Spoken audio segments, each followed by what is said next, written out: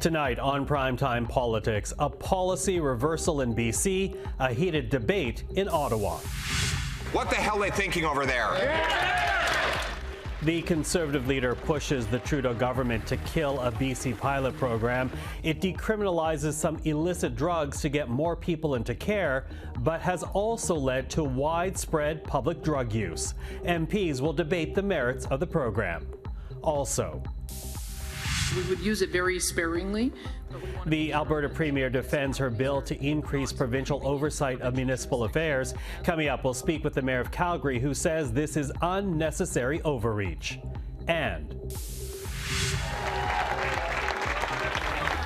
bad news for the governing Liberals as polls show their budget is failing to impress Canadians. This is Primetime Politics.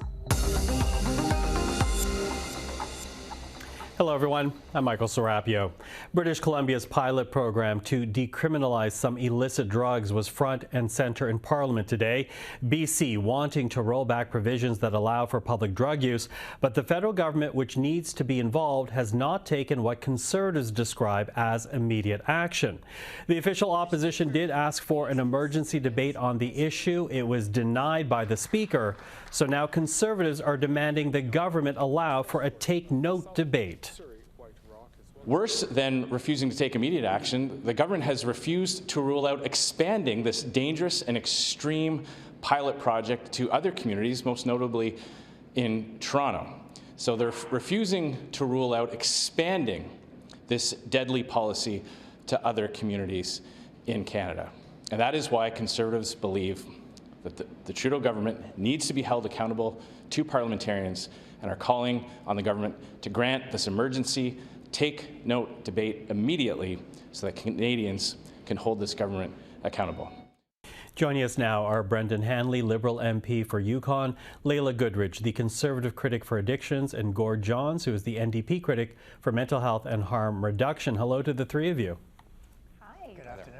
Listen, Laila, I'll get you to start us off here because it's your party that's calling for this take-note debate. You know, why not just give the government time to react to BC's request? That meeting took place the end of last week. Why not give this a bit more time? Well, frankly, it's been a year of a pilot project in British Columbia that we've had some very devastating responses coming out of. A couple weeks ago in Health Committee, we heard very clearly from Fiona Wilson, the Deputy Police Commissioner, that they did not have the tools they needed to be able to deal with the addiction crisis and support communities and community safety, and this is incumbent on them. British Columbia has already tried to bring forward their own legislation, have had it now caught up in the courts, and so they're asking the federal government to bail them out, and the federal government taking their time waiting and forcing more Canadians to die, this drugs and disorder to continue is absolutely not acceptable, and they deserve to answer directly to Canadians as to why they're delaying. Okay, Brendan, let's pick up on Laila's point there because, you know, it is true. The BC government did try to put their own limits on this. It's backed up in the courts. And the province is now asking for Ottawa to provide this exemption. And the nurses union in BC say it's necessary. They say that their patients rather, are in danger. Why hasn't there been more immediate action? Well, you know, when an exemption request came just at the end of the week, the ministry obviously has to consider that request, and I'll really leave that for the ministry to follow due process and consideration of Premier Eby's request. What I will say, though, is that there are really two issues here. One is the concept and the practice of decriminalization and allowing time for a pilot to take place, and the other is about public consumption of drugs and the public nuisance aspects of consumption in public places. And we have to be careful not to confound those two. Clearly, there's a relationship, but many of the problems that were identified and are very real problems are not inherently problems of decriminalization itself. So we need to, you know, there are nuances here. We need to take some time to really consider this carefully. Okay, nuances, I take what you're saying, but, you know, one does come from the other. So when will there be action? Because, you know, nuisance is the word that you use. Public safety is the terminology being used on the ground. So we've just come from committee. All three of us were in committee hearing further testimony on a number of aspects of this terrible crisis. What is real is that 21 Canadians are dying a day, seven a day in BC. This is a critical problem. We have to address this in the interests of Canadians and lives of Canadians, and the safety of the community at the same time. Gord, I'm wondering what your take is on this. How well has this pilot program gone when drugs are being consumed in public spaces? You have a union saying that they can't do their job, people talking about feeling a sense of danger. How well has this program gone? Well, I think first we can look at the numbers themselves. I mean, we've seen an increase in toxic drug deaths in British Columbia go up 5%. In neighboring Alberta, they're up 17%. In Saskatchewan, 23%. Over in Alaska, just north of us, it's gone up 45% year over year. Those are provinces and states without harm reduction, without safer supply programs or decriminalization.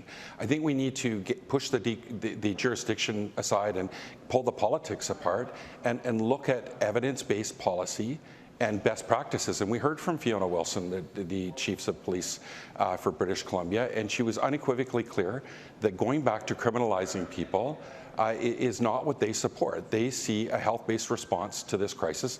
They also were unequivocally clear that diversion of safe supply, despite the Conservatives spreading that disinformation, is not what's killing people. It's deadly fentanyl. They called for more safe consumption sites, more affordable housing, scaling up and ramping up treatment on demand, recovery, prevention, education, things that the NDP has been calling for and was identified in my bill C-210 to have a health-based response to the toxic drug crisis. So I think we need to evaluate each policy and look at it in a whole context. But right now, I mean, any increase in deaths isn't good. And my heart goes out to the families, and we need to do everything we can to stop an increase in deaths. But we also need to make sure we're listening to evidence-based policy, not ideology. Okay, Laila, let's pick up on that. You know, is there not some merit in a program, taking some time to get it right, but a program that is, by many accounts, saving lives? Because, BC is not throwing the whole program away. What they're asking for here is tweaks. They're asking for a wholesale change. This is a massive change that they're asking for that the federal government has yet to say whether they will even entertain. So I think that that's an important factor to push out there. And so people in BC woke up on Saturday thinking that public drug use was now going to be illegal again. And surprise, it's not. You can still do everything that has been done before. We've heard horrific cases of public drug use in hospitals, putting people's lives at risk, putting patients' lives at risk, putting nurses' lives at risk. There was a young nurse who was the mom of twin girls who stopped breastfeeding her child because she was subjected to so much toxic illicit drug fumes in the workplace that she didn't think that was going to be safe to continue breastfeeding her child. As a mom of young children, I can't imagine being put into that situation by my workplace because my government put forward a policy that it was not ready to put forward, that was absolutely broken and is putting this many people at risk. So I reject the fact that this is a small change that the government is asking for. They're basically asking the federal government to bail them out of the mess that they asked for. Gord, we all only have one opportunity to make a first impression, and I'm wondering if this pilot has gone badly enough, because there are a number of critics, that it can actually be recovered and saved. Absolutely. I mean, we heard loud and clear from the BC chiefs of police that they wanted more tools to be able to move people along and in extraordinary cases, they would criminally charge them. But they were unequivocally clear that they don't want to go back to criminalizing people who use substances. It causes more harm and it doesn't work. So I think we can look at what the police have been saying and other experts, and we need to ramp up our response in everything from treatment on demand, recovery, prevention, education, and yes, safer supply. The Liberal approach has been incremental, which is, costs lives in a health crisis. The Conservatives spread disinformation, and that's deadly in a health crisis. What we need is the government to act like it's an emergency. They haven't declared a health emergency. They haven't had a summit on this crisis like they did on the auto theft summit, despite the fact that this is the leading cause of death for people under the age of 59 in my home province. And they haven't reinstated the expert task force, which they responded to my call and question period today that they would, but they need to act like it's a health emergency. They've spent less than 1% in responding to this crisis than they did COVID-19, and it's because of stigma, purely because of stigma. Okay, Brendan, obviously you yourself noted that there are at least a couple of things going here. One has to do with the public drug use. The other has to do with the theory of trying to decriminalize drugs for better health outcomes. A lot of issues which, quite frankly, a take-note debate might be able to clarify it for Canadians. Will your government answer the Conservative call and let a take-note debate happen? Personally, I don't have a problem with having having a debate. What I want is for the public to be as well informed about this crisis as possible, and to know how this involves almost every family in the country is affected in one way or another. I come from a small jurisdiction, the Yukon, of course. We only have 40,000 communities. We have an unacceptable rate of death.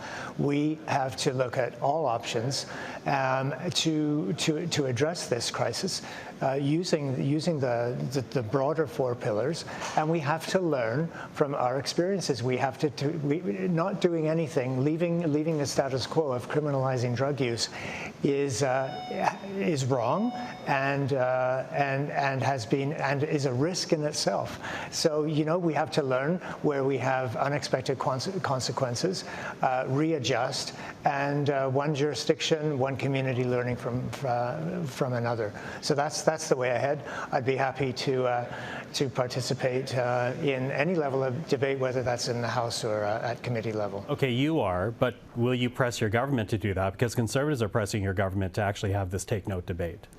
I think, again, the ministry has taken the request from Premier Ibida, and the minister will be considering that request. And but the take-note, the debate, though, not the BC request, but the take-note debate being called upon, the Conservatives are calling on your government to bring about. This has been a crisis since 2016. So whether and in fact, it was the year before last that I called on the House to have a take-note debate on the opioid crisis, and we had. I think there is time to reconsider that. Whether that's this week or next week, we need to keep these discussions going. This is why I brought the study to this committee, to figure out the best course ahead to address this very complex, very distressing crisis in all its aspects. Okay, Laila, I have about a minute left, so I'm going to give the last word to you because, again, your party's calling for this. Why do you think this take-note debate is important? It's absolutely crucial for Canadians to hear very clearly where this is at. Today, so it's funny that Brendan says that he supports this. I brought forward a motion at our health committee to have the Minister of Mental Health and Addiction, as well as British Columbia's Minister of Mental Health and Addiction, come to our committee to talk about this very issue, and they voted. The NDP Liberal Coalition voted to shut down the debate on this and not to have that vote because they don't want Canadians to hear. And so Conservatives are going to continue pushing. We need to have these conversations. We need to have this debate in the House of Commons because Canadians deserve to have these answers. We're hearing horrific, gruesome stories coming out of British Columbia from the absolute chaos and crime that is on the streets because of pure public disorder in the drug use. This is not about stigma. This is about, it has become a wild west of everything goes because we have not had the tools in place to actually have something put that is actually logical. And this is a serious problem. And Canadians are demanding answers. And what makes matters even worse is the Minister of Mental Health and Addiction stood in the chamber today and refused to say that she wouldn't go forward with Toronto's request to do this. So we have one jurisdiction saying, whoa, this is a bit of a failure. We need some help. Bail us out. And the federal government is saying, but we're still going to go down and look at the request coming from Toronto. It's a completely different situation. Well, it doesn't make sense. This absolutely doesn't make sense, and this is just indicative of what this government has done on this file, where they try and distract Canadians and push them away from what the real topic is. And Canadians are brilliant, and they understand that this is an absolute crisis. This is a public health crisis, and we need to deal with it as such, and we need to prioritize treatment and recovery, and Conservatives will do exactly that. We have been pushing forward our message on treatment and recovery, and we'll continue doing so because Canadians deserve to know that the government will stand up for them, and we believe that they can recover. People do recover. Okay, and I apologize, we're out of time, but obviously the request for this take note debate happened late today, so we'll follow it as the week goes on. Brendan Hanley, Laila Goodridge, Gord Johns, thank you very much for the time this evening. Thank you very much. To Calgary now, where the Alberta Premier defended her government's recently introduced Bill 20. When passed, it will allow for the creation of political parties at the local level in Edmonton and Calgary. It will see the return of union and corporate donations to political candidates, and it would give the provincial government the power to remove city councillors and the power to overturn bylaws and postpone elections. Take a listen to what Danielle Smith had to say about Bill 20 today. This is something that everyone was asking for at one point about 18 months ago. There is also a need as well, I think, to give some clarity around the fact that we intend to defend our jurisdiction. Well, to talk about Alberta's Bill 20, we're now joined by the Mayor of Calgary, Jyoti Gondek. Mayor Gondek, good to see you again. Thank you for being here. Thanks so much for having me on. So listen, your predecessor, Naheed Nenshi, he calls this bill an act of spite, saying that the Smith government is doing this, quote, out of revenge on the voters of Calgary and Edmonton who did not vote the way they wanted them to. And, you know, to be clear, Mr. Nenshi is running to lead the provincial NDP now, but do you share his assessment? Do you see this bill as an act of spite? I see this bill as an incredible act of overreach and yet another example of the desire for control and power by this provincial government, who should actively be working with municipalities to help us take care of the citizens that we commonly serve. And instead, it's one thing after another where they want to dominate and control municipalities. Okay, an act of overreach, although to hear it from the government and the Minister of Municipal Affairs, they essentially say this bill is about making sure that there is transparency, making sure that there's accountability for council, that elections are fair. And municipalities are entities of the province. Do they not have the right to oversee civic affairs? Municipalities are already under the oversight of the provincial government.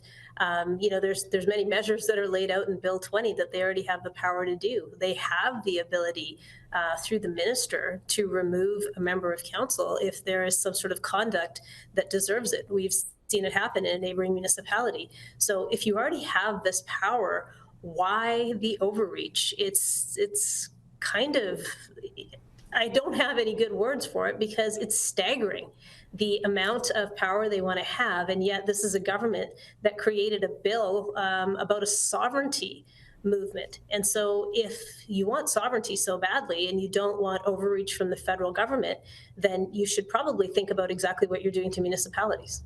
Well, you know, we have heard Danielle Smith earlier say that local councils have made choices that are looking to be more, and these are basically her insinuations, more partisan, more ideological, and she says that requires more transparency. You know, has your office or council failed to be transparent enough, do you think?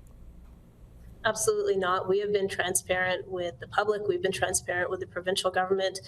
We've been transparent with the federal government when they've asked for things. So this is simply an exercise in exerting power and flexing their muscle. And I don't know why they need to do it. They already are the parent of municipalities. We are creatures of the province.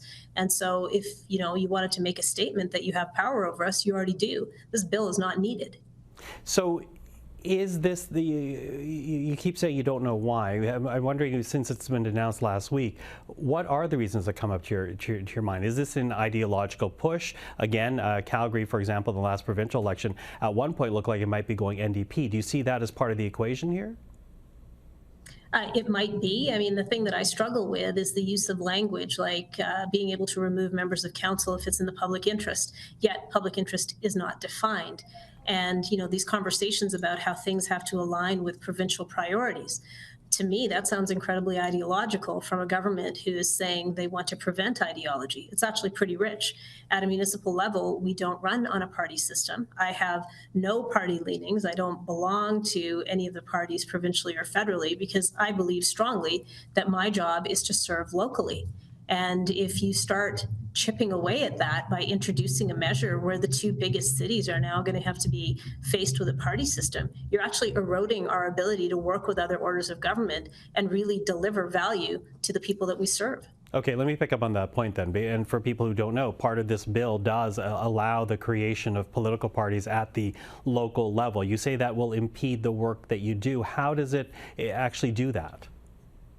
Well, first of all, we don't know what this even looks like because the only language that we've seen is consider regulations around creating parties as a pilot project in both Edmonton and Calgary, the two biggest municipalities. So you're covering a huge swath of the population and you're making candidates have to determine whether they're going to start a party or join a party. I don't know. They haven't defined it for us.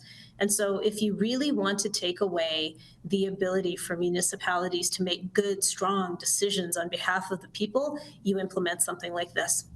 Now, this bill does come after an earlier bill that would allow the provincial government to, as you know, veto any deal struck between Ottawa and entities of the province like municipalities. Do you think both of these measures are essentially trying to create a united front against Ottawa? Is this what's motivating it? I mean, if you want to create a united front against Ottawa, they could have just, spoken with us. I can tell you that mayors from across this country were not happy with the federal government because we weren't receiving enough infrastructure funding. We continue to be frustrated by both orders of government, frankly, not understanding that the income taxes that are paid by our people in our cities need to flow back to us so we can provide them with the services that they need. So, I don't have a problem forming a united front to get more from the orders of government that serve us, but this is certainly not the way to do it. Now, the UCP does have a majority in the Alberta legislature. I'm wondering where that leaves you. If you have such issues with this bill, where does that leave you to fight if they can pass this through the ledge so easily? Well, they'll be able to pass it without a problem. So where does it leave us? I guess it leaves us in a place where after they pass it, we'll find out what it actually means. We'll find out what the regulations are. We'll find out what the definitions are. Hopefully there will be some sort of consultation process, but if it comes after it's passed, that doesn't help us very much. So municipalities right now are at the whim of the province. Not only have they reintroduced big money into elections, they're now saying that corporations and unions can contribute directly to candidates. Then they're saying, but if we don't like what happened, we can remove people. So now you got big money and you have overreach at the municipal level, and it makes no sense to me why they would do this. Mayor Gondek will continue to follow where this goes, and hopefully we'll speak again in future. But for this evening, thank you very much. Thank you. Have a great night. You too. Well, to the budget now, as 2 weeks on, and the ideas outlined in the Liberal plan seem to be failing to catch any fire. Liberal numbers are still mired in the low 20s, despite the government's attempt to secure the youth vote with their promise to make the economy more fair for every generation, and despite the government's promises to make life affordable for everyone with their focus on housing. Here is the latest analysis from 338 Canada. Based on available polls, 338 says Conservatives are at 42% support, the Liberals are at 24%, New Democrats sit at 18%, the Bloc are at 8%, and the Greens are at 4%. Well, for more, polls analyst Philippe Fournier joins us right now. He's the editor-in-chief of 338 Canada. Philippe, good to see you. Thank you for being here. Good evening, Michael. Now, as I said, the budget seems to be failing to catch any fire. Talk to us about what Canadians are actually saying about the Liberal plan. Well, here's the problem with the Liberal plan, because Canadians are not saying much about it. Even though there was a rollout for 2 to 3 weeks prior to the budget, the numbers barely have moved. I follow the numbers on a daily and weekly basis. And at the start of April, we had the Conservatives with a lead of about 15 to 17 points. Now it's 18 points. So not only did the trend did not reverse itself, it seems to be even accentuated. And so, of course, course, it's a bit early to see the direct effect of the budget in the electorate, but so far it's not a good news for the Trudeau team for sure. Okay, not good news, and from the numbers I see, not even amongst the Gen Z and millennials they are trying to target. So from what you have seen or shared there, it might not surprise the government, because apparently Justin Trudeau did tell his team that Liberal numbers would not improve until sometime next year if the interest rates are down and if people are feeling better with their bank accounts. You know, I'm wondering, when you look historically at polls, is that enough to pull the Liberals out of this 16-point deficit behind Conservatives? Well, the state of the economy, it is no surprise that it often is correlated with the state of a government. However, this aging government, 9 years in, close to a decade with this Liberal government, and the economy is in a bad shape. Inflation is still high, even though it's coming back down, but the effects are still being felt by many Canadians. When you promise that perhaps the interest rate, which the government doesn't control, will come down and that will help our numbers, this could be a bit of wishful thinking. It's not just a few months trend. Now we're almost 1 year into this lead for the Conservatives, this double-digit lead that is spread throughout the country, and that's another problem for the Liberals. It's not just one region or two; it's basically everywhere. And even in Quebec, where the Liberals have fared well in past years, now they're in the mid-20s at best. Okay, now you call it wishful thinking, perhaps wishful thinking, but you know, the Liberal argument also hinges on this idea that Canadians may be tired of Trudeau, but they don't necessarily love Pierre Poilievre. Does that still hold true, though? You know, Pierre Poilievre has gone through this image overhaul. His party's been running these ads. Is Pierre Poilievre becoming a better selling point for his party? Well, he has for sure managed to coalesce his party behind him, which is something that Mr. O'Toole, for instance, never could do during his reign as a Conservative leader. When we look at the numbers, we see right now the Conservatives do have their coalition, their winning coalition for a government win next year. And so, I mean, in hockey terms, you could say the Conservatives could play the trap. They have their winning coalition. They can just wait it out and see what's going on in the heads of Liberals for the next year, but they don't need to win over new voters. They're at 40, 42, 43% nationally, according to the polls. That's enough for a win, especially with a very unpopular prime minister and an NDP that's going nowhere, basically. Okay, well, you say the NDP, and I also want to ask you about that party, because as we know, the Liberals and the New Democrats, they do have this supply and confidence agreement. Despite that, we see the NDP leader not giving immediate thumbs up to the budget. You know, why is Mr. Singh doing that? When you look at the numbers, why is he publicly so hesitant about this budget? That is a very good question, Michael. I must say I am very careful to not tread on other people's terrain. I'm a polls guy, and when I look at the numbers, I see absolutely no leverage for the NDP. The NDP, half of their caucus is in British Columbia, and the latest polls that we saw out of BC, the federal polls that we see out of BC, the Conservatives could win as much as 45 or 50% of the vote, which would decimate the NDP caucus.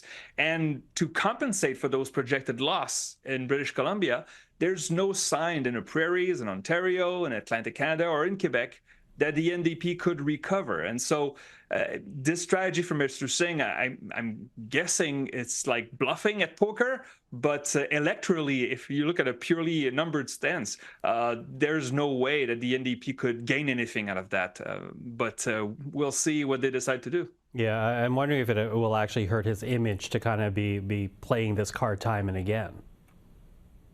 It's possible. Mr. Singh's numbers have taken a hit in recent months, but they're still lukewarm, I would say. Mr. Singh has favorables and unfavorables that are relatively at the same level, but also he's not judged at the same level as Mr. Trudeau or Mr. Poilievre. Sometimes a third-party leader will have good numbers because he or she is not a threat to the status quo. There's no indication that there's an orange wave coming with Mr. Singh in the numbers that we see right now. Okay. Well, Philippe, always appreciate the conversation. Thank you for that. Thank you very much, Michael. And that's Philippe Fournier. And that is our program for you on this Monday. For everyone here at CPAC, thank you for watching. I'm Michael Serapio, Primetime Politics. We'll be back tomorrow night. We'll see you then.